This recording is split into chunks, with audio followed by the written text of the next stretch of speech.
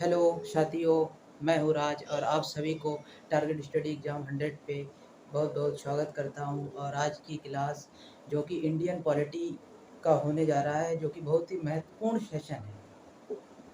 ऐसे मान लीजिए कि सभी आने वाली कम्पिटिटिव एग्ज़ाम जितनी है उसमें ही बहुत अहम भूमिका निभाने वाली है, क्योंकि आप जानते हैं इंडियन पॉलिटी जो कि सभी परीक्षाओं प्रतियोगी परीक्षाओं के लिए बहुत ही अहम भूमिका निभाती है। इसीलिए जैसे आगामी जैसे पेपर होने वाली है, यूपी ट्रिपल एससी पेट तथा एसएससी की एग्ज़ाम होने वाली है, तथा अन्य सभी एग्ज़ाम जो भी होते हैं स्टेट लेवल या सेंट्रल लेवल के एग्ज़ाम के लिए बहुत ही महत्वपूर्ण निभाती है कि फॉर्मेशन ऑफ इंडियन कॉन्स्टिट्यूशन सभी के माइंड में रहता है कि आखिर इंडियन पॉलिटी का फॉर्मेशन कैसे हुआ, कैसे इंडियन पॉलिटी बना है। इंडियन पॉलिटिक या इंडियन संविधान को, जो भारतीय संविधान है, इसको बनाने के पीछे का क्या राज है, कैसे हमारे ये संविधान बना, इसके पीछे कितने लोग या कितने सदस्यों की अहम भूमिका थी, उन लोगों के बारे में चर्चा करेंगे कि कैसे उन लोग अपने संविधान को बनाने के लिए अहम भूमिका निभाई है, कैसे उन लोगों ने किया है, कैसे संविधान को बनाया, किस-किसने बनाया, कैसे बनाया। जो कि एक ऐतिहासिक संविधान बनाने के पीछे, मतलब जब हमारा देश आज़ाद नहीं हुआ था और हमारा संविधान बनाने की मांग चल रही थी लगातार, उस समय के ऐतिहासिक दृष्टिकोण के बारे में चर्चा करेंगे कि कैसे किन-किन लोगों ने हमारा संविधान बनाने के लिए किए थे।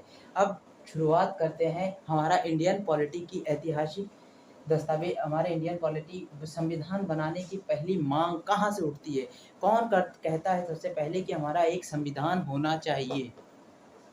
कौन कहता है? तो ये हम जानते हैं। जैसे आपको शायद ये नहीं दिख रहा है, मैं बताने का कष्ट करूँगा। जैसे कि कहाँ से उठता है, जैसे हमारा संविधान सबसे पहले होता है संविधान का गठन।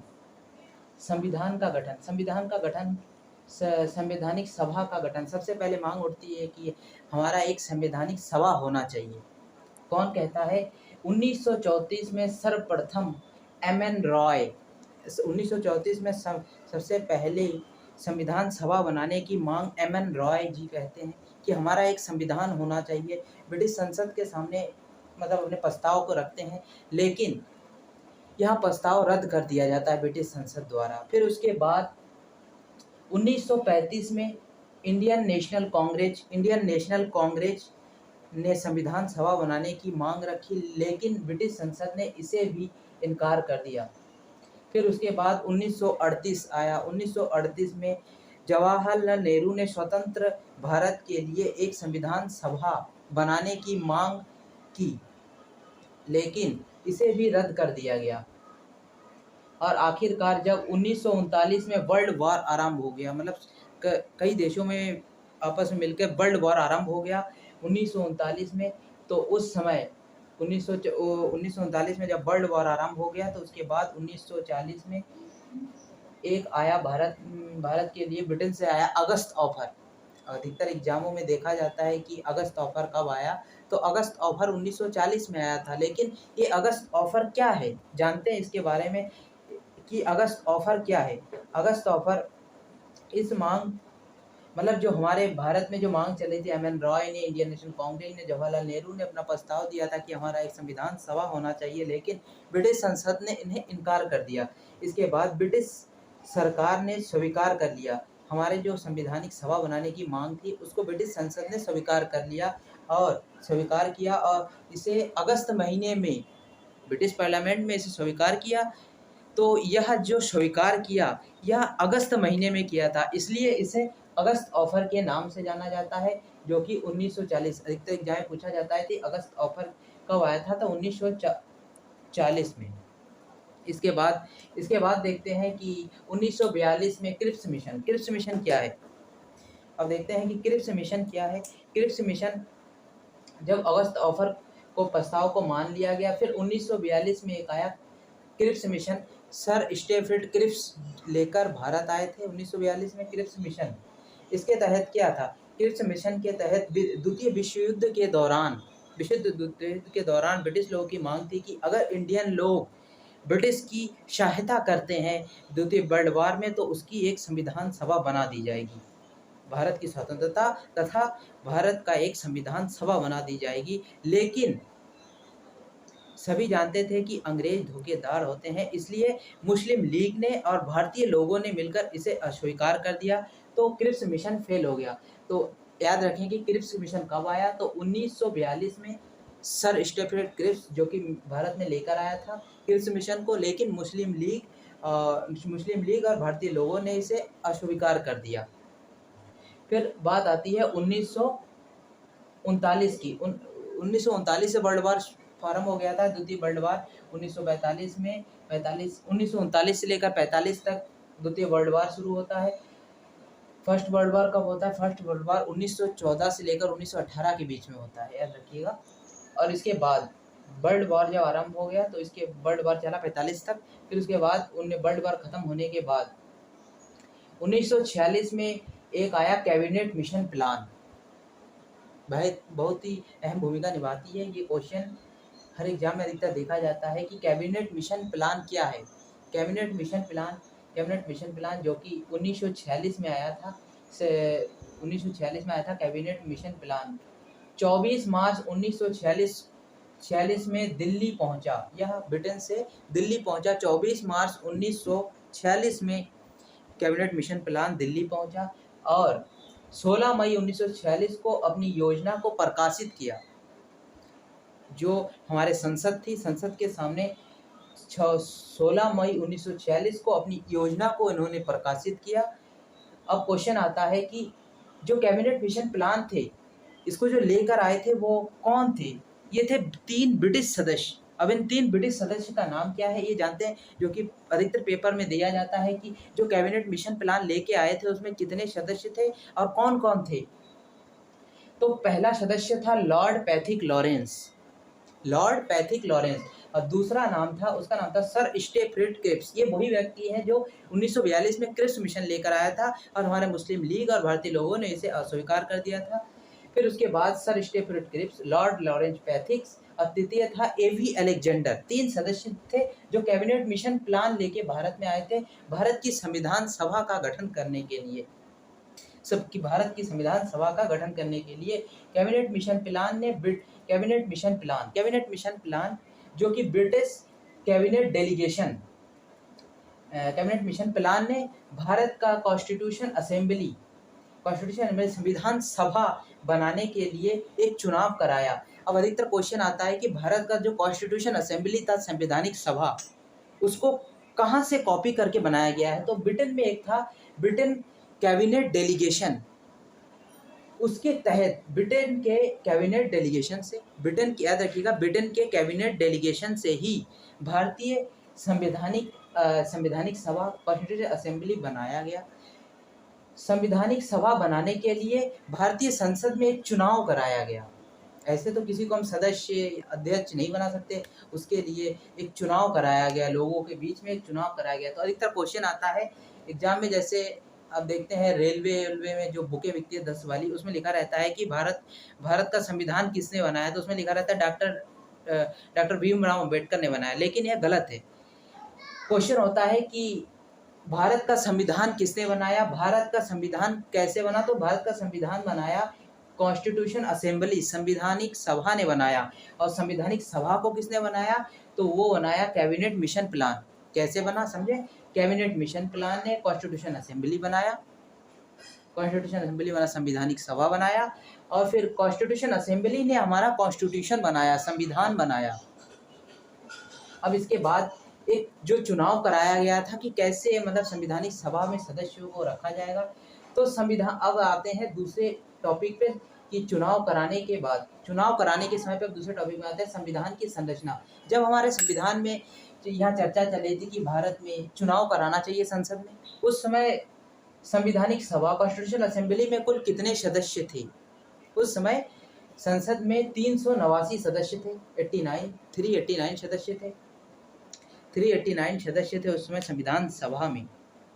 तो 389 सदस्यों में चुनाव कराया गया, जो कि चुनाव कराने के लिए 296 सीटें जो कि ब्रिटिश इंडिया की थी, जो भारतीय मूल के जो ब्रिटिश थे उनको 293 सीट मिला। 293 सीट मिला, जो कि ब्रिटिश इंडिया वाले इलेक्टेड थे, मतलब ये इलेक्टेड होके आए थे, निर्वाचित सदस्य थे ये। ब्रिटिश इंडिया वाले जो थे 296 ये इलेक्टेड होके आए थे, और 93 सदस्य जो थे वो हमारे प्रिंसली स्टेट से आए थे। प्रिंसली स्टेट मतलब जैसे समझ लीजिए कि भारत जब अंग्रेजों के कब्जे में था, तब ऐसा नहीं था कि भारत का पूरा भूभाग अंग्रेजों के कब्जे में था, ऐसा नहीं है। मतलब कुछ क्षेत्र, पर्टिकुलर कुछ क्षेत्र अंग्रेजों के पास था, और कुछ क्षेत्र हमारे राजा महाराजाओं का हुआ करता था। उस राजा महाराजा को ही प्रिंसली स्टेट कहा जाता है।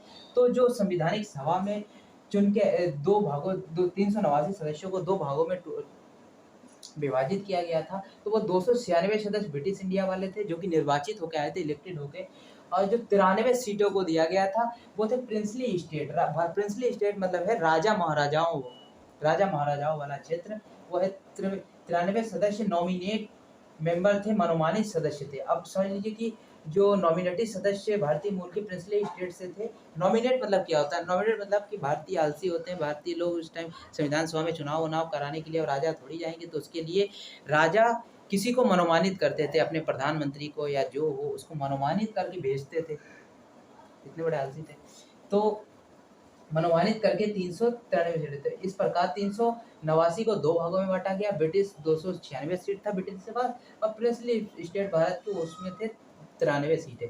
उसके बाद जो ब्रिटिश इंडिया इलेक्टेड होकर आ रहे थे, उसमें जो 296 सीटें था ब्रिटिश इंडिया वालों के पास, जो 296 सीटें था, उस 296 सीटों को दो भागों में बांटा गया। कैसे बांटा गया कि 292 सीट जो ब्रिटिश इंडिया वाले के पास था, उस 292 मेंबर, जो 292 मेंबर थे ब्रिटिश इंडिया के पास, उसमें से 11 गवर्नरी प्रोविंस से, गवर्नरी प्रोविंस मतलब होता है जैसे गवर्नर प्रांत से रिलेट करता था।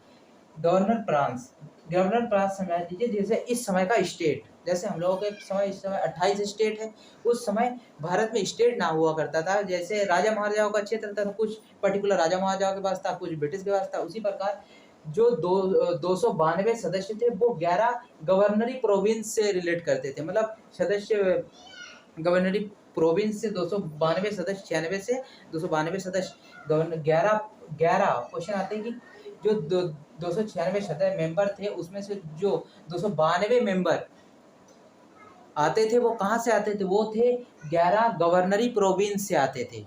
गवर्नरी प्रोविंस जो इस समय के हम लोग मानते हैं स्टेट, राज्य का दर्जा देते थे, उस समय गवर्नरी प्रोविंस हुआ करता था। और जो 4 सदस्य थे, 296 को दो भागों में डिवाइड किया गया। 11 गवर्नरी प्रोविंस, 292 11 गवर्नरी प्रोविंस से, और जो 4 सदस्य थे वो चीफ कमिश्नर प्रोविंस से आता था इलेक्टेड होके। चीफ, आप समझ लीजिए कि चीफ कमिश्नरी प्रोविंस क्या है? चीफ कमिश्नरी प्रोविंस जो पर्टिकुलर कुछ जगह से इलेक्टेड होके आते थे, जैसे दिल्ली हो गया, पहला हो गया दिल्ली, दूसरा हो गया अजमेर, कुर्ग, बलूचिस्तान। ये एग्जाम में आता है कि जो 4 ब्रिटिश इंडिया के जो 4 सदस्य चुन के आते थे वो किस क्षेत्र से आते थे? तो ध्यान रखिएगा, वो था, पहला था दिल्ली, दूसरा था अजमेर, तीसरा था कुर्ग, और चौथा था बलूचिस्तान। ये कुछ चीज़ें हो गई। अब देखते हैं कुछ और महत्वपूर्ण चीज़ें। जैसे इसके बाद आता है कि जो सीटों का आवंटन किया गया था वो कैसे किया गया। हमारे संविधान सभा में जो लोगों को सीटों का आवंटन, सीटों के हिसाब से राज्यों से सदस्यों को लिया गया, वो कैसे लिया गया। अब देखते हैं, सीटों का आवंटन जनसंख्या के आधार पर किया गया। जो सीटों का आवंटन किया गया वो जनसंख्या के आधार पर किया गया कि जहाँ पे जितनी जनसंख्या है उतनी सीटें होनी चाहिए। जैसे एक सीटें, 10 लाख लोगों पर एक सीट, मतलब 10 लाख लोगों के ऊपर एक सीट रखा गया। दूसरा था, प्रत्येक ब्रिटिश प्रांत के आवंटित सीटों को 3 प्रमुख समुदायों में विभाजित किया गया। मतलब जो ब्रिटिश प्रांत के जो आवंटित सीट थे उसे 3 भागों में विभाजित किया गया। कैसे 3 भाग, कौन से 3 भाग देखते हैं।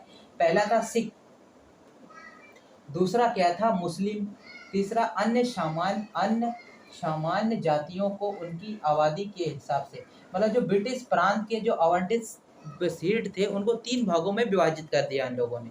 296 जो तो उसमें से 3 भागों में विभाजित कर दिया सीटों को। 10 लाख लोगों पर एक सीट हुआ करता था, तो 3 भागों में विभाजित कर दिया। पहला क्या था सिख, सिख लोगों का एक सीट था, दूसरा क्या था मुस्लिम, और तीसरा जो अन्य आबादी वाले क्षेत्र, आबादी वाले जातियाँ थी, उनके हिसाब से सीटों का आवंटन किया गया।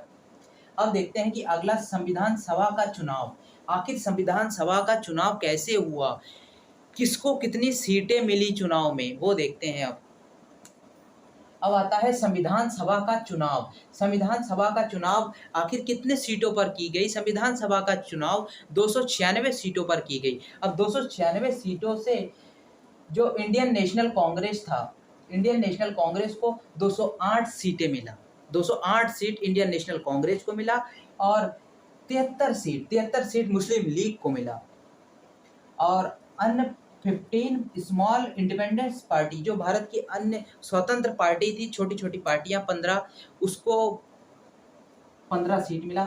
जो भारत की छोटी छोटी स्वतंत्र भारत की छोटी छोटी पार्टियां थी, उनको 15 सीट मिला और मुस्लिम लीग को 73 सीट मिला। क्वेश्चन आता है कि भारतीय संविधान सभा में 296 में से मुस्लिम लीग को कितना सीटें मिली, कितनी सीटें मिली? तो वो क्वेश्चन टिक लगाना है आपको। 73 सीट मुस्लिम लीग को मिला और इंडिपेंडेंस पार्टी को, अन्य स्मॉल इंडिपेंडेंस पार्टी को 15 सीटें मिला। और क्वेश्चन आता, अधिकतर यही क्वेश्चन देखा जाता है कि उसमें इंडियन नेशनल कांग्रेस की को कितने सीटें मिली? तो 208 सीटें इंडियन नेशनल कांग्रेस को मिली।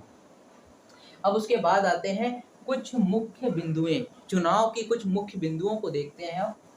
जैसे पहला बिंदु है, संविधान सभा के सदस्यों को प्रत्यक्ष, अप्रत्यक्ष, इनडायरेक्ट रूप से चुना गया था। जो संविधान सभा के सदस्य थे, जैसे हमारा देश उस समय जब संविधान बनने जा रहा था, तो पर्टिकुलर कुछ ही सदस्य थे, जैसे डॉक्टर राजेंद्र प्रसाद हो गए, ऐसे डॉक्टर भीमराव अम्बेडकर, ऐसे कुछ सदस्य थे। तो इन लोगों को मतलब डायरेक्ट चुना गया था संविधान सभा के चुनाव के लिए। डायरेक्ट इन लोगों को अप्रत्यक्ष रूप से, इनडायरेक्ट रूप से चुना गया था। इन लोगों को डायरेक्ट रूप से नहीं चुना गया, इनडायरेक्ट रूप से, अप्रत्यक्ष रूप से चुना गया था। अब दूसरा बिंदु है संविधान सभा में महिलाओं। अब एक क्वेश्चन आता है कि जब हमारा संविधान सभा बनने जा रहा था, उस समय हमारे संविधान में कितनी महिला सदस्य थी? तो उसमें टिक करना है आपको कि 15 महिला सदस्य संविधान सभा में थी। अगला क्वेश्चन है संविधान सभा की पहली बैठक। क्वेश्चन आता है संविधान सभा की पहली बैठक कब हुई? संविधान सभा की पहली बैठक हुई थी 9 दिसंबर 1946 में। संविधान सभा की पहली बैठक 9 दिसंबर 1946 को हुआ। संविधान सभा की हमारे देश में राष्ट्रपति होना चाहिए सबसे पहले। हाँ, दूसरा क्वेश्चन है कि हमारे देश में, हमारे देश को चलाने के लिए सबसे ऊपर संविधान में कहा गया है कि भारत का पहला व्यक्ति कौन है? वो पहला व्यक्ति राष्ट्रपति है। तो इस राष्ट्रपति पर्टिकुलर शब्द को किसने शब्द पहले बोला कि हमारे देश का एक राष्ट्रपति होना चाहिए? देखते हैं किसने बोला। हमारे देश में राष्ट्रपति होना चाहिए, सबसे पहले किसने सलाह दिया? जेबी कृपलानी। जेबी कृपलानी ने हमारे संवैधानिक सभा में सलाह दिया कि हमारा देश का एक पर्टिकुलर राष्ट्रपति होना चाहिए, प्रेसिडेंट होना चाहिए। फिर अगला क्वेश्चन है सबसे वरिष्ठ सदस्य संविधान सभा की डॉक्टर सचिवानंद सिन्हा को संवैधानिक सभा में टेम्पररी अस्थायी सदस्य के रूप में चुना गया। हमारे संविधान सभा की अस्थाई सदस्य के रूप में जो वरिष्ठ, मतलब सबसे उम्रदराज, वरिष्ठ जैसे उम्रदराज व्यक्ति को संवैधानिक सभा के अध्यक्ष के रूप में चुना गया। टेम्पररी चुना गया है, परमानेंट नहीं चुना गया, टेम्पररी सदस्य की संवैधानिक सभा के। क्वेश्चन आता है कि हमारे संवैधानिक सभा के टेम्पररी प्रेसिडेंट के रूप में किसे चुना गया था?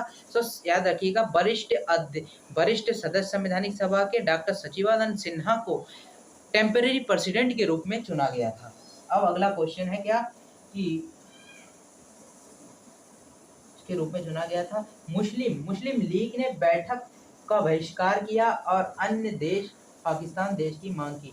जो संविधान सभा का बैठक हुआ जिसमें इंडियन नेशनल को 208 सीटें, 73 मुस्लिम लीग को मिला। तो जो मुस्लिम लीग थी, मुस्लिम लीग ने इस बैठक का अस्वीकार किया।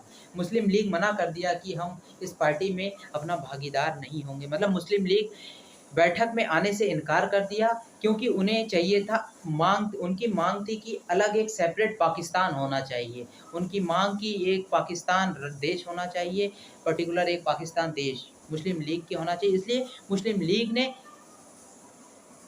बैठक से बहिष्कार किया। उसके बाद देखते हैं कि इस प्रकार बैठक में 211 सदस्य, जो टोटल हमारे देश में कितनी सदस्य थी जब संविधान सभा का चुनाव हुआ, उसमें 289 सदस्य था। 289 सदस्य, 296 सदस्य था।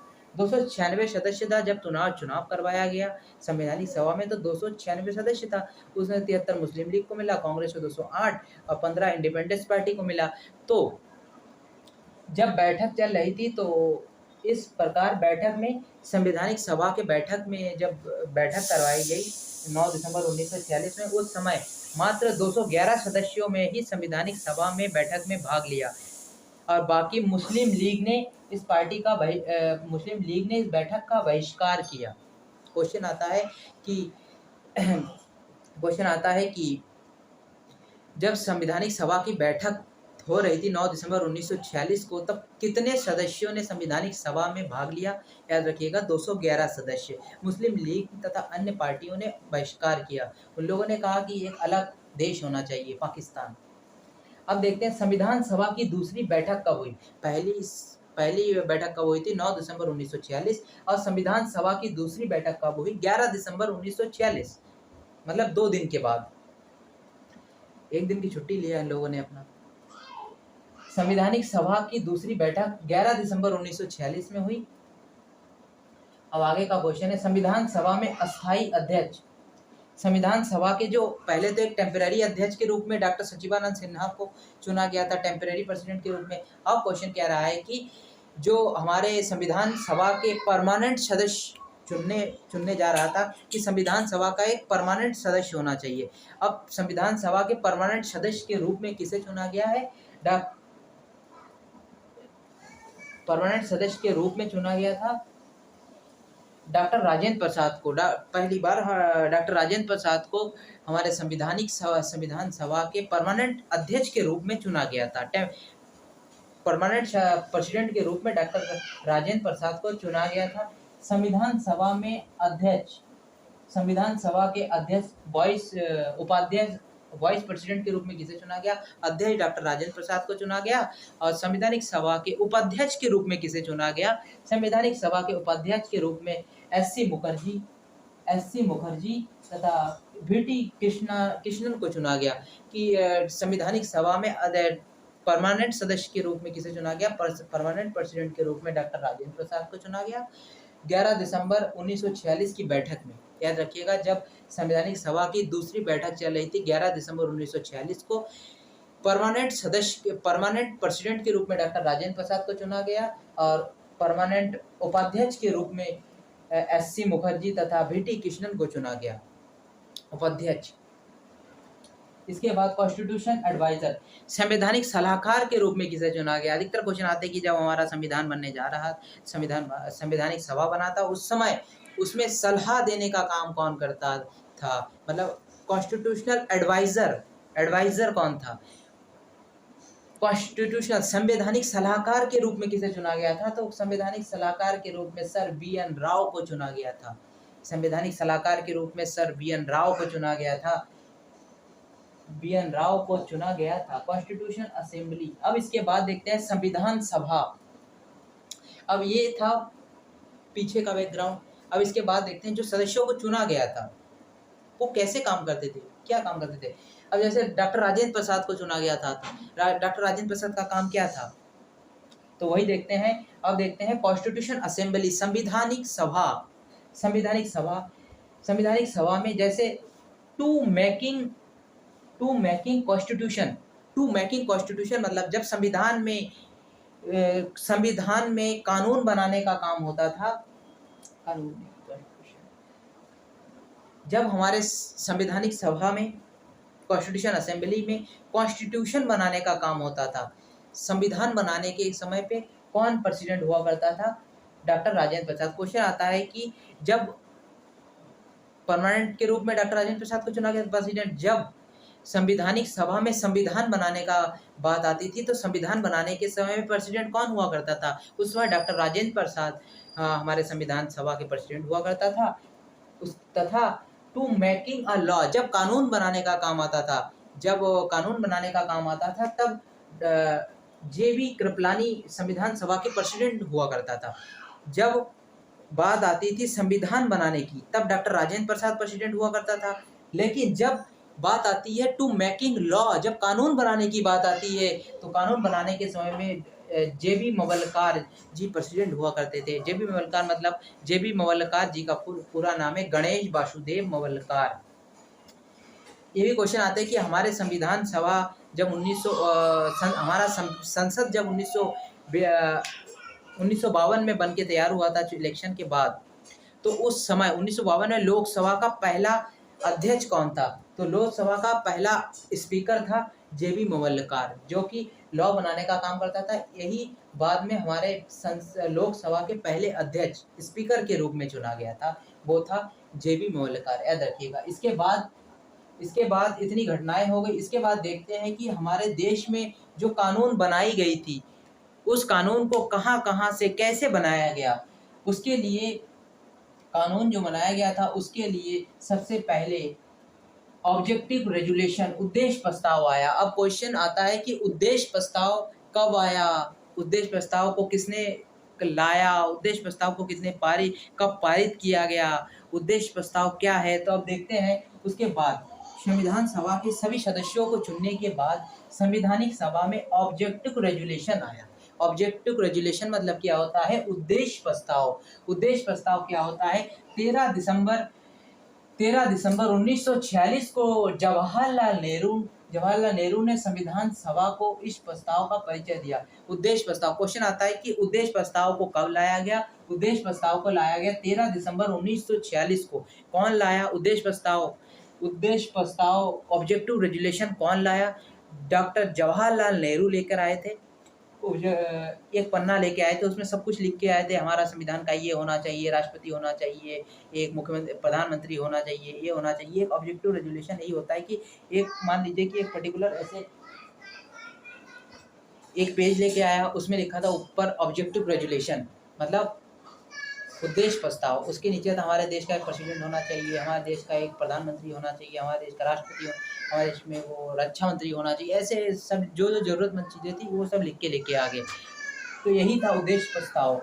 उद्देश्य प्रस्ताव कब लेके आया था? 13 दिसंबर 1946 को जवाहरलाल नेहरू ने संविधान सभा कॉन्स्टिट्यूशनल असेंबली ने इस प्रस्ताव का परिचय दिया। मतलब कॉन्स्टिट्यूशनल असेंबली में ये सब बताया कि हमारा उद्देश्य प्रस्ताव मतलब ये चीज़ें होनी चाहिए। 13 दिसंबर 1946 को बताया गया और इस ऑब्जेक्टिव रेजुलेशन को पारित किया गया। मतलब संविधानिक सभा ने अपनाया का 22 जनवरी 1947 को। याद रखिएगा उद्देश्य प्रस्ताव कब आया? 13 दिसंबर 1946 को जवाहरलाल नेहरू ने संविधान सभा में उद्देश्य प्रस्ताव का परिचय दिया और संविधान सभा ने इस उद्देश्य प्रस्ताव को पारित कब किया, मतलब अपनाया था 22 जनवरी 1947 को। इसके बाद आता है constitution assembly working from constitution assembly working for the constitution. अब जो संविधानिक सभा में जो कार्य कर रहे थे लोग, वहाँ कैसे काम कर रहे थे? संविधान के लिए काम कर रहे संविधानिक सभा, constitution assembly working for the constitution की संविधानिक सभा जो काम कर रही थी वो कैसे काम कर रही है, क्या काम कर रही है, जानना जरूरी है। जान के देखते हैं कैसे काम कर रही थी। हमारे संविधान सभा में एक बनाया गया ड्राफ्टिंग कमेटी। ड्राफ्टिंग कमेटी मतलब होता है प्रारूप समिति। क्वेश्चन आता है प्रारूप समिति के अध्यक्ष कौन थे? प्रारूप समिति के अध्यक्ष डॉक्टर भीमराव अंबेडकर जी थे। डॉक्टर भीमराव अंबेडकर जी हमारे ड्राफ्टिंग कमेटी के प्रारूप समिति के अध्यक्ष थे। ड्राफ्टिंग कमेटी का काम किया था। क्वेश्चन आता है कि ड्राफ्टिंग कमेटी प्रारूप समिति का काम किया था। प्रारूप समिति का काम यह था कि जो देश विदेश से, जैसे हमारा संविधान इस देश से ब्रिटेन से कॉपी किया गया, यूएसए से, ऑस्ट्रेलिया से कॉपी किया गया, तो ड्राफ्टिंग कमेटी का काम यही था कि चीज़ों को कलेक्ट करना। जैसे ऑस्ट्रेलिया से कोई कॉपी करके लेके आ रहा है, इधर कनाडा से कोई कॉपी करके ले आया, ब्रिटेन से कॉपी करके ले आया था। इन लोग कॉपी करके लाके यहाँ पे टेबल पर रख देता था। अब ड्राफ्टिंग कमेटी का काम था इसे सीक्वेंस से लगाना, सीक्वेंस से लगाने का काम, क्रमानुसार लगाने का काम ड्राफ्टिंग कमेटी का काम था। ड्राफ्टिंग कमेटी यही है, क्रमानुसार लगाने का काम, क्रमानुसार लगाने का काम, मतलब सीक्वेंस से चीज़ों को सेट करने का काम ड्राफ्टिंग कमेटी का हुआ करता था। अब इसके बाद आता है ड्राफ्टिंग कमेटी की जो पार्ट थी, जैसे यूनियन जब संविधान कौन किसके सदस्य हुआ करता था वो देखते हैं। कैसे, जब हमारे देश में यूनियन कॉन्स्टिट्यूशन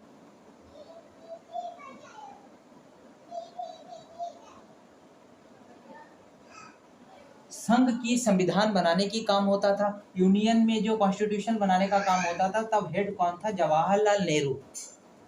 जब हमारे संघ में कॉन्स्टिट्यूशन बनाने का काम, यूनियन क्वेश्चन आता है, यूनियन कॉन्स्टिट्यूशन कमेटी, संघ संवैधानिक कमेटी के अध्यक्ष कौन थे? संघ कॉन्स्टिट्यूशनल कमेटी के सदस्य कौन थे? तो हेड थे जवाहरलाल नेहरू। आपको याद रखना है, जैसे क्वेश्चन में पूछा जाता है कि संघ संवैधानिक कमेटी के अध्यक्ष कौन थे, तो वो थे डॉक्टर जवाहरलाल नेहरू। अब ऐसे याद रखिए कि जहाँ पे यूनियन लिखा आए, संघ लिखा आए, तो उसमें आँख बंद करके डॉक्टर जवाहरलाल नेहरू को ही टिक करना है, क्योंकि संघ का काम सभी डॉक्टर जवाहरलाल नेहरू का ही हुआ करता था। तो इसी प्रकार यूनियन कॉन्स्टिट्यूशनल कमेटी के हेड कौन थे? डॉक्टर जवाहरलाल नेहरू। इसके बाद देखते हैं स्टीयरिंग कमेटी के हेड कौन थे? स्टीयरिंग कमेटी के हेड थे doctor Rajendra Prasad. Steering committee के अध्यक्ष थे doctor Rajendra Prasad. Rule of producer committee, आप जानते हैं रूल ऑफ प्रोड्यूसर कमेटी क्या है? तो रूल ऑफ प्रोड्यूसर कमेटी मतलब है प्रक्रिया के नियम, जो नियम बनाने के लिए जो प्रक्रियाएं बनाई जा रही थी, उस प्रक्रिया के जब बनाई जाएगी तो उसका कोई हेड होगा। अब हेड होगा तो कौन है? तो रूल ऑफ प्रोड्यूसर कमेटी के हेड थे doctor Rajendra Prasad. Doctor Rajendra Prasad steering committee के भी हेड थे, और रूल ऑफ प्रोड्यूसर कमेटी के हेड भी डॉक्टर राजेंद्र प्रसाद जी थे। अब इसके बाद स्टेट कमेटी राज्य कमेटी के हेड कौन थे? राज्य कमेटी के हेड थे डॉक्टर जवाहरलाल नेहरू। डॉक्टर जवाहरलाल नेहरू राज्य कमेटी के भी हेड थे, स्टेट कमेटी। अब देखते हैं यूनियन पावर कमेटी के हेड कौन थे? तो यूनियन पावर कमेटी के हेड था जवाहरलाल नेहरू। अब देखिए यूनियन में कितने क्वेश्चन आ गया। यूनियन कॉन्स्टिट्यूशन कमेटी के हेड डॉक्टर जवाहरलाल नेहरू जी थे। स्टेट कमेटी के हेड कौन थे? वो भी थे doctor Jawaharlal Nehru. Union power committee के अध्यक्ष कौन थे? यूनियन पावर कमेटी के हेड भी थे डॉक्टर जवाहरलाल नेहरू। अब अगला है fundamental right committee. Fundamental right committee क्या है? फंडामेंटल राइट्स कमेटी, मौलिक कर्तव्य कमेटी के कौन थे? मौलिक अधिकार कमेटी के सदस्य कौन थे? डॉक्टर सरदार वल्लभ भाई पटेल। मौलिक अधिकार समिति जो हमारे मौलिक अधिकार हैं, मौलिक अधिकार हम लोगों को जीने के लिए जो मौलिक अधिकार बनाई गई थी उस टाइम पे, उस मौलिक अधिकार कमेटी के हेड कौन थे? मौलिक अधिकार कमेटी के थे डॉक्टर सरदार वल्लभ भाई पटेल। सरदार वल्लभ भाई पटेल को फंडामेंटल राइट्स कमेटी के हेड बनाया गया। और जो प्रोविंशियल कमेटी थे, प्रोविंशियल कमेटी मतलब प्रांतीय कमेटी के हेड कौन थे? प्रांतीय कमेटी के हेड भी डॉक्टर वल्लभ भाई पटेल जी थे। प्रोविंशियल कमेटी के हेड भी सरदार वल्लभ भाई पटेल जी थे, और फंडामेंटल राइट कमेटी के हेड भी थे सरदार वल्लभ भाई पटेल। और उसके बाद आते fundamental sub committee. Fundamental rights committee के हेड तो थे सरदार वल्लभ भाई पटेल, लेकिन क्वेश्चन आता है कि फंडामेंटल राइट्स सब कमेटी, मौलिक अधिकार उप समिति के हेड कौन थे? तो मौलिक अधिकार उप समिति के हेड थे J B Kripalani. Fundamental rights sub committee के सदस्य कौन थे? हेड कौन थे? जेबी कृपलानी। अब देखते हैं माइनॉरिटी कमेटी के प्रेसिडेंट कौन थे? H C. Mukherjee, S C. Mukherjee. Minority committee मतलब अल्पसंख्यक समुदाय पर जब बात आती थी तब उनके हेड कौन हुआ करता था? तब उनका हेड था एस.सी. मुखर्जी। अब इसके बाद ड्राफ्टिंग कमेटी, अब देख लेते हैं ड्राफ्टिंग कमेटी में कितने सदस्य थे, कौन हेड थे, वो देखते हैं। ड्राफ्टिंग कमेटी, प्रारूप समिति, ड्राफ्टिंग कमेटी मतलब होता है प्रारूप समिति। प्रारूप समिति यही लिखा है कि अलग अलग देशों से संविधान को कॉपी करके ड्राफ्टिंग कमेटी को देता था। ड्राफ्टिंग कमेटी का काम होता था इसे सीक्वेंस से लगाना, वही जो हम पहले बता चुके थे। कमेटी का काम होता था चीजों को सीक्वेंस से लगाना। ड्राफ्टिंग कमेटी के हेड कौन थे? ड्राफ्टिंग कमेटी के हेड थे doctor Bhimrao Ambedkar ji. Drafting committee के हेड थे भीमराव अंबेडकर जी। अब एक क्वेश्चन आता है कि हमारे ड्राफ्टिंग कमेटी में कितने सदस्य थे? कितने सदस्य थे डॉक्टर भीमराव अंबेडकर को छोड़ के? क्वेश्चन ऐसा आता है कि डॉक्टर भीमराव अंबेडकर को छोड़ के हमारे ड्राफ्टिंग कमेटी प्रारूप समिति में कितने सदस्य थे? टोटल तो थे 7, लेकिन जब क्वेश्चन आए कि डॉक्टर भीमराव अंबेडकर को छोड़ के तो 6 सदस्य थे। कौन कौन से देखते थे? Doctor Bhimrao Ambedkar drafting committee के हेड थे और भीमराव अंबेडकर जी को छोड़ के अन्य 6 सदस्य थे प्रारूप समिति में।